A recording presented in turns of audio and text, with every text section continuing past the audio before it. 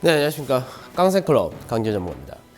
자, 오늘 증시를 보게 되면 어저께 MSCI 리밸런싱으로 인해서 외국인의 매도세가 상당히 시총 상위 종목들 중심에서 크게 떨어졌었고요. 오늘은 그 여파를 바로 벗어나는 흐름을 보여줬는데 외국인들의 매수세도 유입이 되었고 기관에서는 연기금을 중심으로 해서 여전히 시총 상위 대형주에 대해서 매수세가 강하게 들어오면서 이제 어저께 하루 하락폭을 오늘 하루 만에 거의 회복하는 그런 흐름을 보여줬습니다. 물론 우리나라 증시가 어저께 조정폭을 빨리 받으면서 조정의 마디폭을 한 번에 다 뺐다는 점도 상당히 좋은 거고 하락을 제한시키는 구간대에 들어왔었기 때문에 저가 매수세가 유입이 됐다라는 부분도 상당히 좋은 것 같습니다. 다만 이제 오늘 시장에서 단순히 수급적인 부분에서 외국인의 매수세가 조금 유입이 되었기 때문에 지수가 강하게 반등이 나왔다 이런 것은 아니고 여러 가지 요인이 있었죠. 먼저 오늘 어저께 새벽에 중국의 위안화가 IMF의 SDR 국제 통화에 편입이 됐다는 부분이 있었는데 사실 이 부분은 어저께도 말씀을 드렸듯이 시장에서 신흥국 전체에 대해서 위상을 높여주는 그런 모습이기 때문에 이런 부분도 이제 신흥국에 대해서 전체적인 매수세가 유입될 수 있는 그런 배경이 되었었고요. 그러다 보니까 이제 우리나라뿐만 아니라 대만이라든지 홍콩 항생지수라든지 신흥국가들 전체적으로 오늘 급등이 나오는 그런 모습이었죠.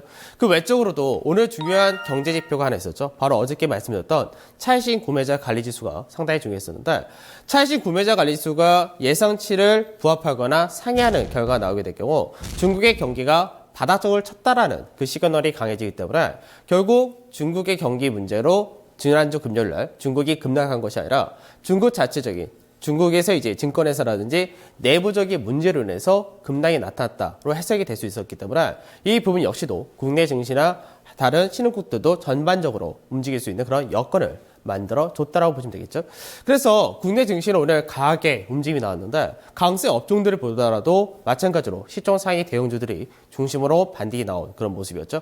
아무래도 시장에서 외국인들이 매도가 나올 때도 시총 상위 대형주가 중심이 되는 거고 다시 한번 외국인의 매수가 들어올 때도 마찬가지 과정이기 때문에 그런 과정이 그대로 나타났다 보시면 되고 오늘 같은 경우는 업종으로 보게 된다면 자동차 업종과 그리고 철강 그리고 화학 업종 이런 업종들이 중심이 되면서 시장을 끌고 올라간 그런 모습이 있었는데요. 우리가 이제 생각해야 될 부분들이 여러 가지 있는데 이들 업종들의 강세도 역시 다 그 배경이 있다라고 보시면 되겠죠. 그래서 이 배경들은 좀 이따가 제가 하나씩 좀 설명을 해드리도록 하고요. 우선은 이제 오늘 발표된 중국의 차익신 구매자 관리지수부터 보도록 하겠습니다. 자, 차익신 구매자 관리지수인데요. 어저께도 제가 설명해 드릴 때 똑같은 얘기를 해드렸죠. 보통 이제 50이라는 선을 기준으로 잡고 50 이상을 우리가 경기가 확장세를 보인다. 50 이하를 시장에서 경기가 위축됐다라고 얘기하는데 제일 중요한 건 뭐냐면 시장에서 방향성입니다. 즉 중국의 경기가 이제 50일 이상에서 움직인다 하더라도 확장세가 이어진다 하더라도 계속해서 꺾이는 구조 나온다면은 그러면 중국의 경기 자체가 하강을 한다 이렇게 얘기를 하는 것이고요. 바닥을 다지고 나서 올라가는 그림이 나올 때는 이제 중국의 경기가 바닥을 쳤다라고 이야기를 한 것인데 어저께 시장에서 예상치가 48.3이었었는데 예상치를 상회한 48.6으로 발표되었죠. 그러다 보니까 연속 3개월 이상 상승세를 보여줬기 때문에 이런 연속 3개월 상승이라는 부분이 역시 중국에서의 경기가 바닥을 쳤구나 이런 식으로 우리가 해석을 할 수 있다는 거죠. 그렇기 때문에 신흥국에 대해서 이제 리스크가 뭐 크게 나타나지는 않는다는 것이고 중국의 경기가 회복이 된다면은 마찬가지로 우리나라를 비롯한 다른 신흥국가들도 반등이 나올 소지가 높아진다는 거죠. 그러니까 외국인들이 보는 관점에서 중국이란 나라가 워낙에 신흥국의 중심에 서 있기 때문에 중국 자체가 경기가 회복이 된다. 그럼 인접해 있는 우리나라라든지 대만이라든지 이런 국가들도 역시 경기가 좋아질 가능성이 높아진다. 이런 식으로 해석이 될 수 있는 겁니다. 그래서 경제 지표를 볼 때는 항상 방향이 중요하다라고 보시면 되는데 방향이 굉장히 잘 나온 그런 모습이었죠. 그 다음에 중국에서 이제 위안화가 국제통화로 편입이 되었다는 부분도 역시 중요한데요. 물론 이 결과가 나왔다 해가지고 바로 위안화 쪽으로 이제 자금이 유입이 되거나 뭐 위안화 국제통화로 바로 편입돼서 그 규모가 늘어나거나 그런 건 아닙니다. 내년 10월 달부터 본격적으로 유입이 되는데 중요한 건 뭐냐면 시장에서 그동안 이 기축통화의 역할은 전부 다 선진국에서 다 갖고 있었던 거죠. 그러니까 미국하고 그 다음에 유럽 그리고 프랑스가 아니라 이제 영국이죠. 영국 그리고 일본 이렇게 4개 국가가 기축통화 국가로서 영향을 갖고 있었기 때문에 양적 완화라든지 여러 가지 정책을 필수가 있었던 건데 여기에 이제 신흥국에서 유일하게 중국이 들어왔다는 겁니다. 그래서 중국이 신흥국에서 통화로 편입이 되면서 바로 이제 어느 정도의 규모를 가지냐가 중요한데 바로 이제 유로화 다음으로 세 번째로 높은 규모를 이제 차지하게 되었기 때문에 이제 중국 같은 경우는 많이 위기가 생겼을 때 다른 국가들처럼 양적 완화라든지 여러 가지 정책을 펼 수 있다는 점에서 신흥국 전체적인 안정성을 가질 수 있다는 부분이 상당히 긍정적이다 이렇게 보시면 되겠죠. 그래서 그 전에는 위안화 편입하기 전에는 미국에서의 전체 이제 통화 비중이 42.9%였는데 미국은 거의 차이가 없죠. 근데 이제 유로화라든지 파운드와 영국의 파운드와 일본의 엔화가 전체적으로 비중이 다 조금씩 축소가 되는 그런 흐름을 보여주게 되고요. 이제 본격적으로 위안화가 10%가 넘는 비중을 차지하기 때문에 국제 3대 통화로서의 영향을 이제 보일 가능성이 높다는 거죠. 그래서 이런 부분들이 신흥국에 대해서 외국인들이 매수할 수 있는 그런 배경이 되는 것이고 외국인의 매수세가 유입이 될 때 국내 증시도 역시 동일한 수혜를 볼 수 있다. 이렇게 보시면 될 것 같습니다. 그래서 오늘 증시는 이런 대외적인 부분에서는 모멘텀을 받은 상태에서 강하게 연결이 됐던 그런 그림이 된 것이고요. 국내 증시를 볼 때 이제 12월달 시장, 앞서도 12월달 시장은 제가 굉장히 긍정적이다라고 말씀드렸는데 제가 볼 때는 이제 12월달 시장 자체가 연말 장세가 이어진다는 쪽을 계속해서 무게를 두고 있고 12월달 연말 장세는 거의 5년 만에 가장 좋은 상승폭을 보여주지 않을까 그렇게 전망하고 있는데 우선 여건 자체가 굉장히 좋습니다.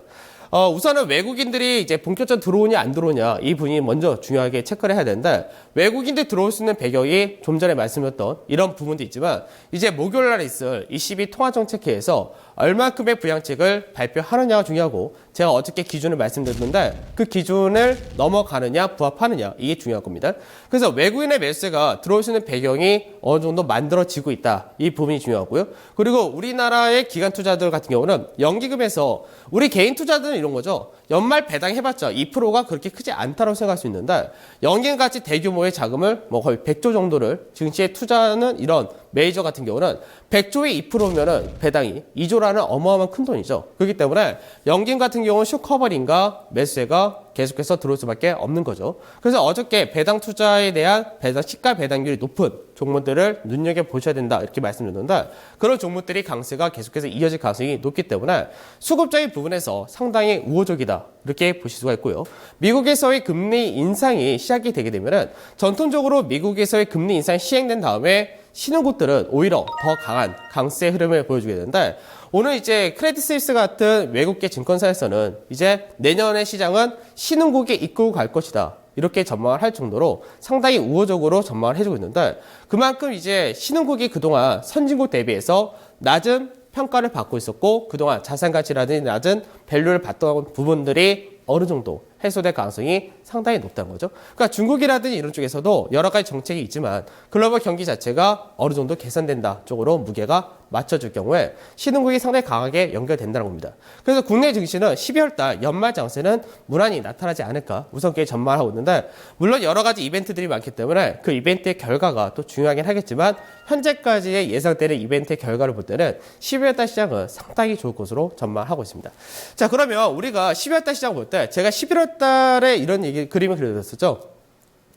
선물지수를 기준으로 말씀드릴 때 선물지수 240이라는 선이 이탈하지 않는 다음에는 그 다음에 상당히 강한 흐름을 보여줬다가 예전의 그림이었는데 마찬가지입니다.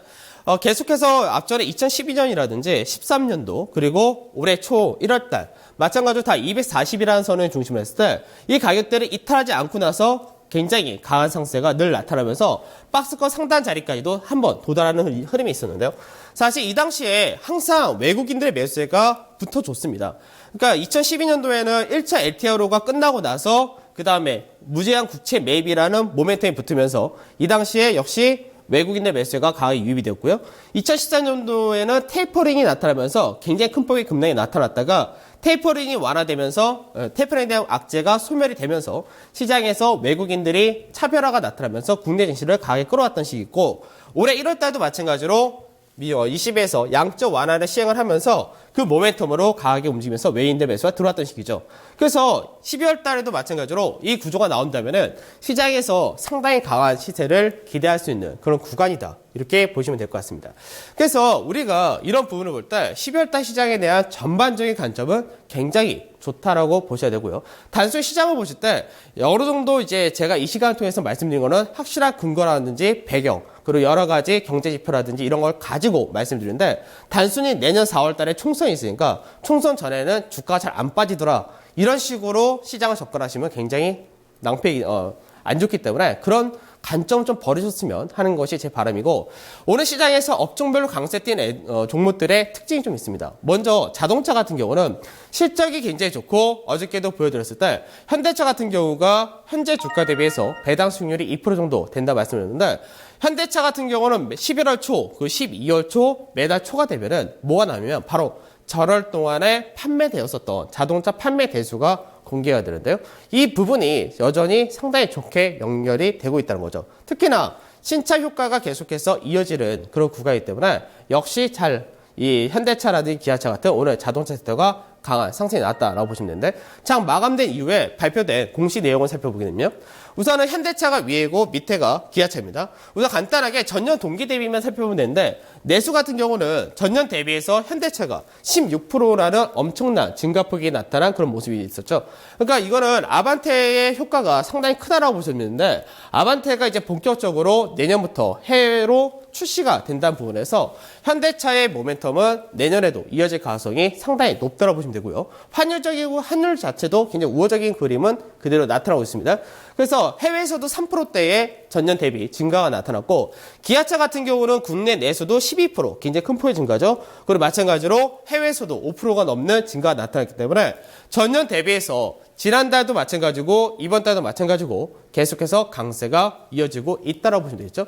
그래서 자동차 섹터가 그동안 시장에서는 상당히 실적은 꾸준히 내는 데 반해서 전년 대비해서 매출이라든지 실적의 감소세를 보였던 부분이 올해 3분기를 바닥으로 해서 돌아가고 있다, 이렇게 보시면 될 것 같고, 10월달과 11월달 차량 판매가 잘 나왔고, 12월달 같은 경우는 이제 국내에서는 세제 지원이 마무리가 되게 되고, 이제 중국에서는 계속해서 세제 지원 효과가 나타나고 있는데, 이런 부분이 12월달 마무리되기 때문에 마찬가지로 12월달에 국내 차량 판매도 여전히 좋을 것으로 전망이 됩니다. 그렇게 된다면은 11월, 12월까지 4분기 실적이 굉장히 좋게 나오기 때문에 내년 1월달에 어닝 시즌에 들어갈 때 이때도 역시 마찬가지로 시장에서는 긍정적으로 작용될 가능성이 높다는 점에서 자동차 섹터는 여전히 관심을 늘 가지셔야 되는 그런 섹터라고 보시면 될 것 같고요.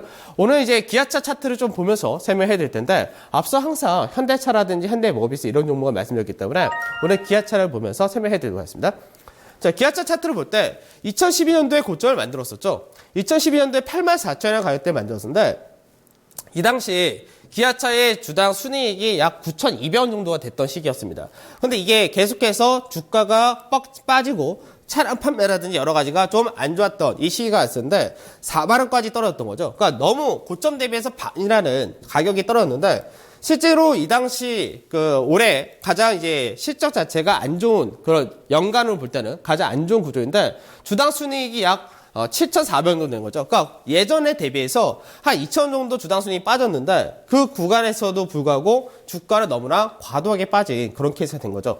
이게 이제 반등이 나왔기 때문에 시장에서 내년 같은 경우 전망이 다시금 9,400원 정도 된다고 생각하는데, 그러면 간단한 거죠. 시장에서 우선은 바닥을 치면서 직전에 채널 패턴의 상단 마디를 돌파를 한 것이고, 돌파한 이후에 53,000원 전후 자리가 직전의 고점 자리이기 때문에 직전 고점 자리와 추세 라인대에서 지지 테스트가 어저께 마무리되고 오늘 반등이 나온 케이스인데, 강세를 띄게 된다면 우선은 63,000원 자리 때까지는 반등이 나올 가능성이 높다. 근데 이 자리대가 실제로 자산가치 1.0배 수준이기 때문에 자산가치 수준 정도까지가 우선은 한번 저항이 걸리겠지만, 실제로 기본폭 마디를 볼 때는 7만원까지도 열려있는 그런 그림이다 라고 보셔야 됩니다. 그래서 우리가 기아차라든지 이런 종목들은 조금 더 시장에서 보신다면 좀 크고 길게 보시는 그런 케이스지, 짧게 먹는다 이런 것보다는 지금 현재 구간대에서는 좀 더 크게 보시는 관점으로 접근하신 것이 훨씬 좋다 이렇게 말씀을 드리고요. 그 외적으로 오늘 화학이라든지 철강 섹터도 상당히 좀 강하게 움직였었죠.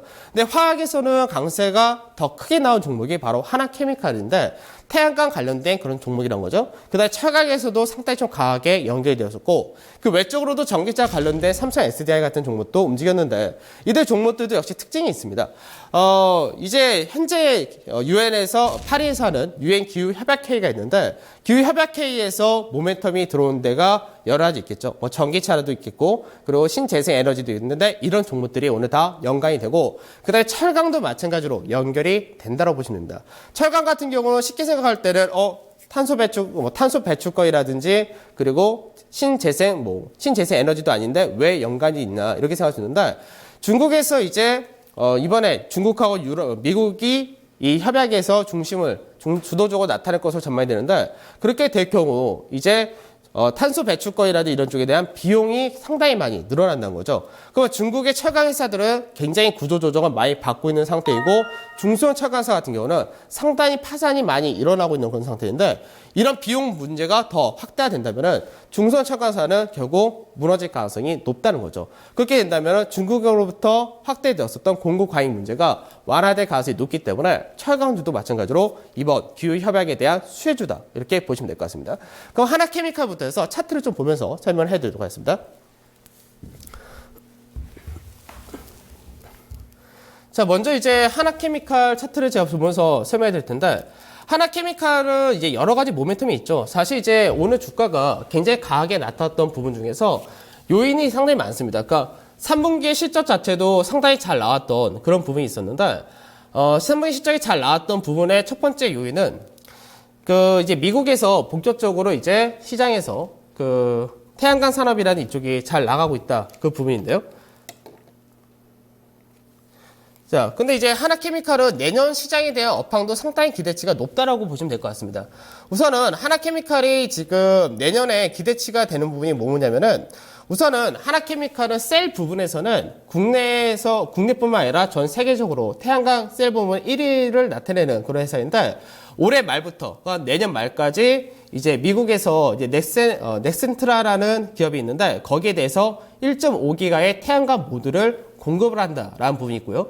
미국에서도 투자세 공제라는 부분이 이제 내년으로 마감이 되기 때문에 내년 말 마감하기 전에 태양광 산업이 좀 더 수요가 증가될 가능성이 상당히 높다는 부분이 있습니다.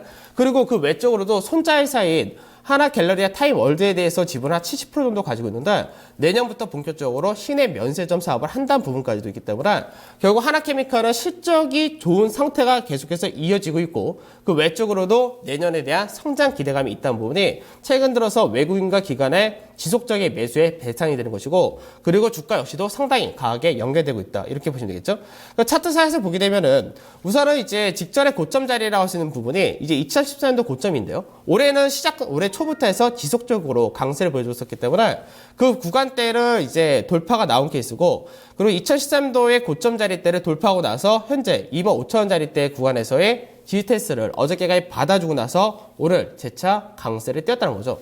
그러면 하나케미칼 같은 경우는 꾸준히 우상향의 그림을 그려가고 있는 그런 케이스이기 때문에 주가 자체가 강세 뛴다면은 29,400원 이런 자리대까지도 가능하다 이렇게 보시면 되겠죠. 그리고 이제 OCI도 마찬가지로 태양광 회사인데 반대로 OCI 같은 경우는 주가가 오늘 강세를 띄긴 했지만 하나케미칼과는 좀 다른 행보를 좀 보이고 있죠.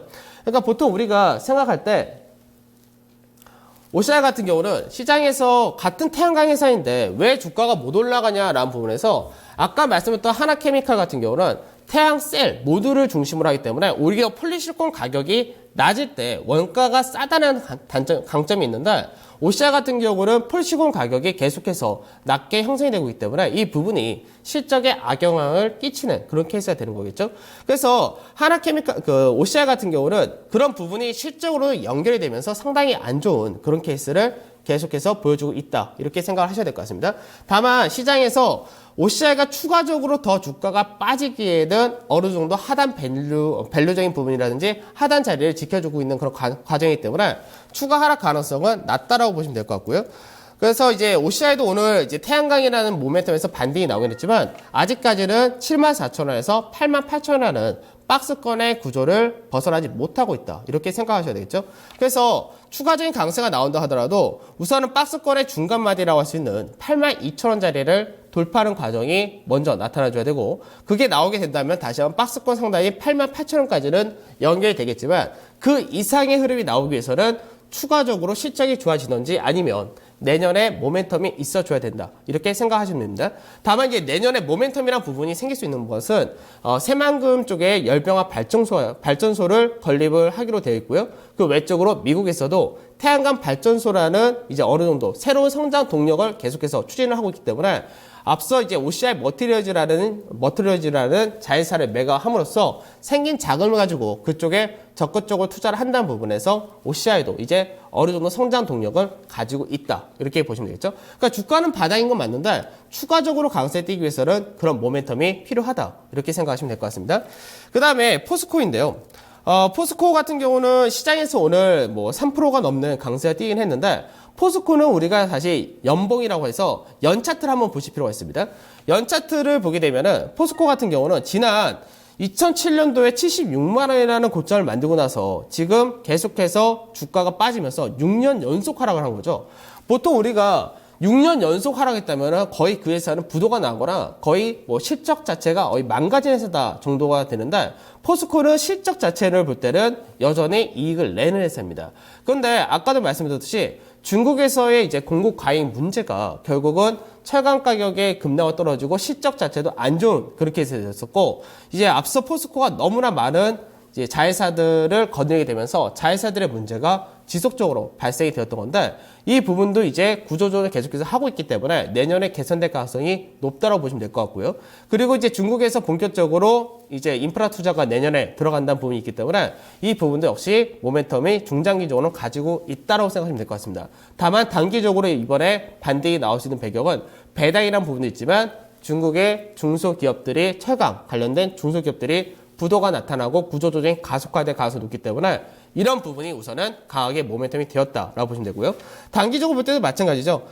포스코 같은 경우는 주가가 하반 경직이 완성이 된 거기 때문에 주가 자체는 빠질 자리가 없다고 생각하셔도 거의 무방하고 16만 7천원에서 19만 5천원이라는 박스권의 그림을 그려놨는데 이 박스권에서의 중간마디를 할 수 있는 자리가 역시나 18만 원 자리, 즉 61선 자리에 들어와 있기 때문에 이 61선 자리대를 넘어가는 과정이 나온다면 그때는 다시 한번 19만 5천원짜리 전후에 돌파 흐름이 가능하다라고 보시면 되겠고, 최근 들어 수급적인 부분에서도 기관 투자자들이 꾸준히 매수가 들어오고 있는데 그만큼 내년에 한번 반등이 나온다면은 6년 동안 하락을 했던 만큼 반등폭도 상당히 큰 그런 종목이 될 수 있다는 점에서 여전히 관심은 가진 쪽으로 그렇게 말씀을 드리도록 하겠습니다. 자, 그래서 시장에서 오늘 이제 강세 띄었던 종목들을 보면 공통점이 굉장히 많은 거죠. 이제 뭐 한중 FTA에 대한 수혜라는 부분도 있었고, 기후협약회에 대한 수혜도 있었고, 그리고 배당에 따른 모멘텀도 있고, 내년 시장에 대한 기대치도 있었다는 거죠.